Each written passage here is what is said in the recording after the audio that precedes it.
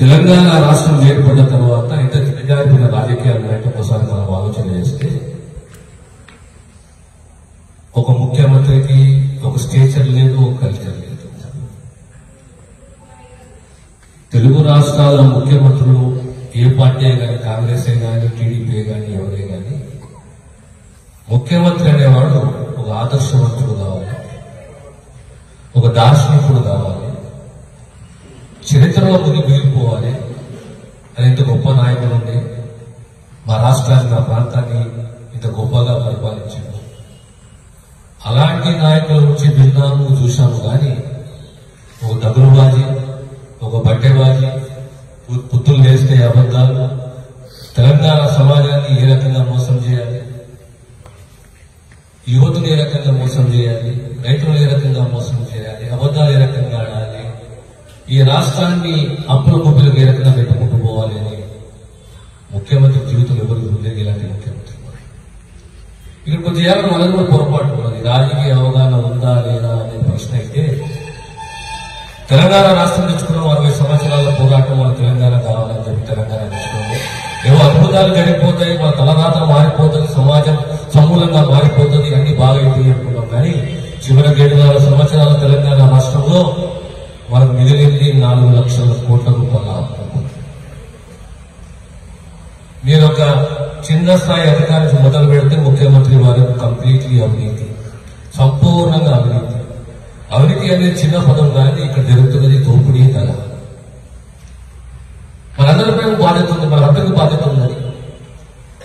ఒక సర్పంచే కానీ, ఒక ఎంపీటీసీ కానీ, ఒక జడ్పీటీసీ కానీ, ఒక శాసనసభ్యుడే కానీ, ఒక పార్లమెంట్ సభ్యుడే కానీ, ఏదో ఒక జల కొన్ని నైతిక విలువలతో కూడా ముందుకు పోవాలి. ప్రశ్నించే తత్వం ఉండాలి, ప్రతిపక్షం ఉండాలి, ప్రజాస్వామ్యం ఉంటుంది. ప్రతిపక్షం లేదు, ప్రజాస్వామ్యం లేదు. ప్రజాస్వామ్యం లేదు అంటే నిరంకుశం వస్తుంది, నిరంకుశ పాలన వస్తుంది అంటే అంచువేత వస్తుంది. ఈనాడు తెలంగాణ రాష్ట్రంలో జరుగుతున్నది ఆ నిరంకుశ పాలన. దీన్ని మనం అనుభవించాలి. స్వేచ్ఛ అనేది మన హక్కు, మన రాజ్యాంగం ఉన్నది, రాజ్యాంగం మనం కాపాడుతున్నది. కానీ తెలంగాణ రాష్ట్రం ప్రజాస్వామ్యము, ప్రతిపక్షము, స్వేచ్ఛ ఇలాంటి ఏ పదాలు లేవు. కేవలం కల్వకుంట్ల కుటుంబ పాలన. అంటే ఒక ముఖ్యమంత్రి అహంకారం ఏ స్థాయికి పోయిందంటే సమాజం, తెలంగాణ సమాజం ఏమైనా పిక్కుంటారో పిక్కోమని చెప్పి నా స్థాయిలో నేను ఉంటాను, నా ఇష్టం నేను పరిపాలిస్తాను. హుజరాబాద్ ఒక మైలురాయి. బీజేపీ, కాంగ్రెస్, టీఆర్ఎస్ అనేది కాదు. సామాన్య ఓటరు, విద్యార్థులు సిద్ధాంతాలకు అతీతంగా ఒకటే సిద్ధాంతం, ఈ దుర్మార్గులకి మనం ఒక పాఠం నేర్పాలి. తెలంగాణ సమాజంలో అమాయకత్వం ఉండొచ్చు, కొద్దిగా మూర్ఖత్వం ఉండొచ్చు, అవివేకం ఉండొచ్చు, బోధాతనం ఉండొచ్చు. కానీ మొండికేస్తే, పట్టుబడితే పాతరేసే శక్తి కూడా ఈ సమాజానికి ఉన్నది.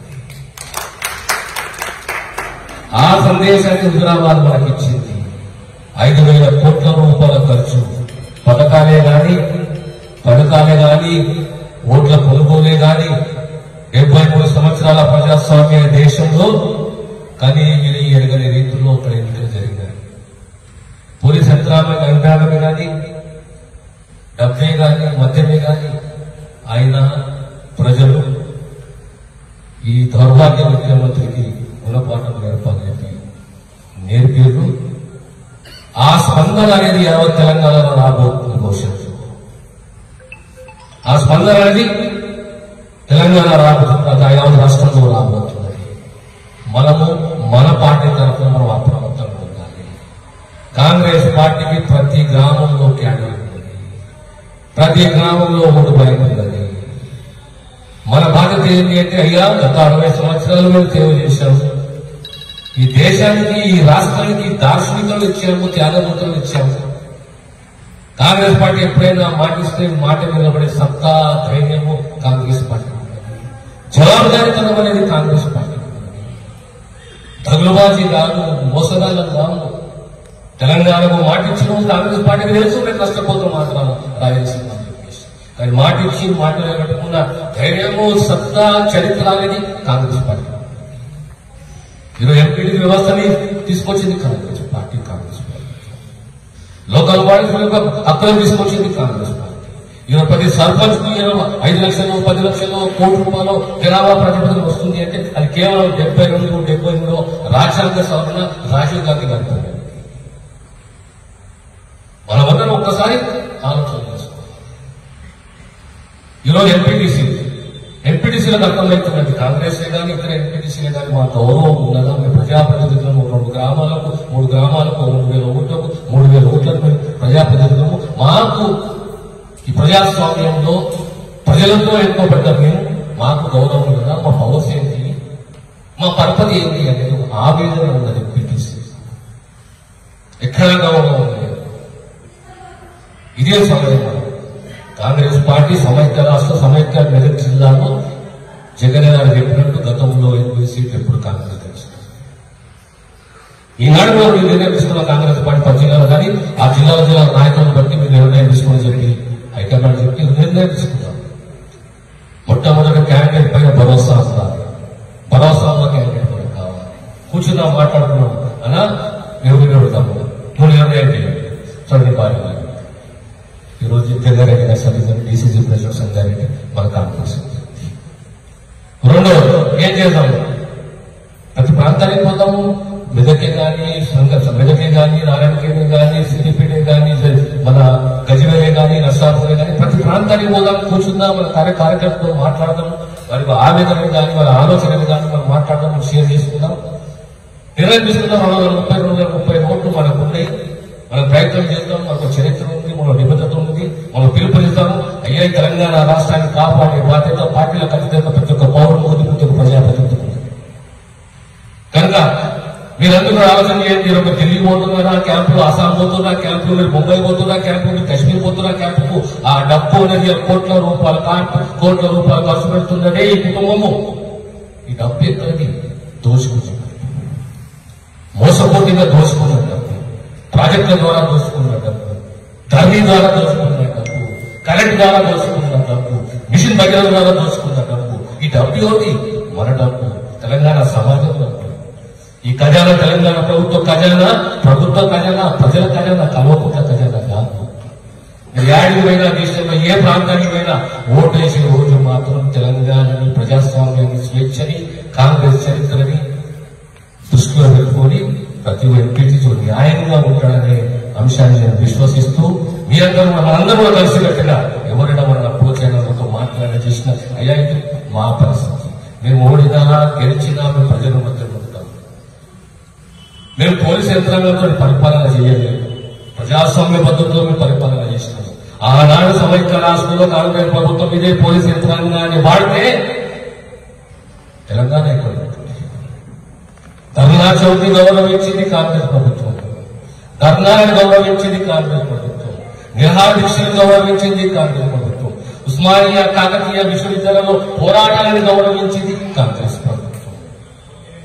ఇవన్నీ దృష్టిలో పెట్టుకోండి. 50 రోజులు 12 రోజులు ఎక్కడ ఎంపీటీసీ ఏమున్నా మన కరుడుగట్టిన కాంగ్రెస్ ఎంపీటీస్తుంది.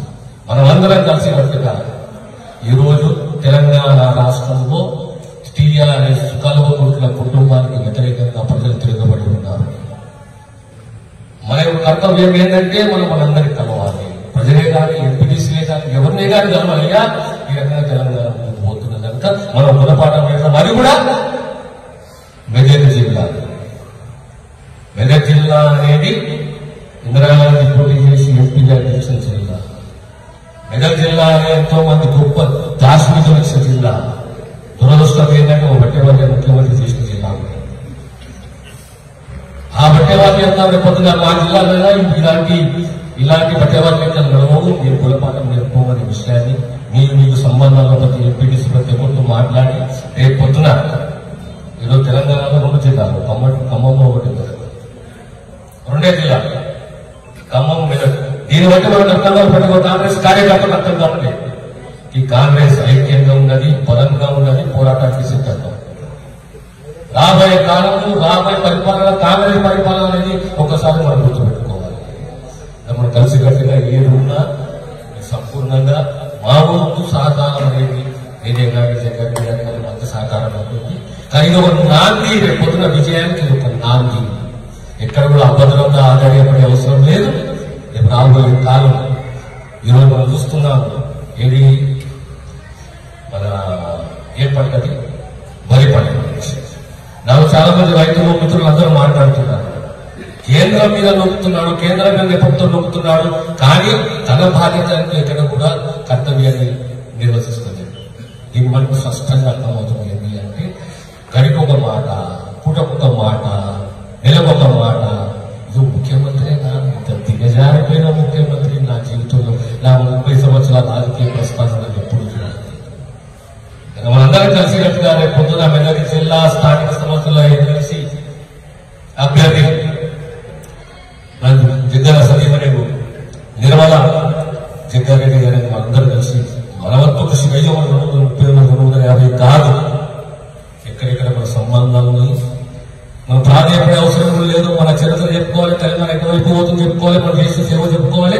మళ్ళీ మేము ప్రజాస్వామ్యం నమ్ముతున్నాము, స్వేచ్ఛను నమ్ముతున్నాము. రాబోయే కాలం మాత్రం భయపడి మీరు రండి అని చెప్పేది మనం చెప్తే ఖచ్చితంగా వాళ్ళు మన ఎప్పుడు వస్తున్న విషయాన్ని మీకు తెలియజేస్తూ సెలవు తీసుకుంటారు. హాయ్ ఫ్రెండ్స్, మా టుడే టుమారో యూట్యూబ్ ఛానల్ చూస్తున్నందుకు చాలా థ్యాంక్స్. మరిన్ని లేటెస్ట్ వీడియోస్ కోసం వెంటనే సబ్స్క్రైబ్ చేయండి. అలాగే ఈ బెల్ ని కూడా రింగ్ చేసేయండి. మా నోటిఫికేషన్స్ అన్ని మీ మొబైల్లో వస్తాయి. అలాగే మా వీడియోస్ మీకు నచ్చితే లైక్ చేయండి, షేర్ చేయండి, నచ్చకపోతే కామెంట్ చేయండి.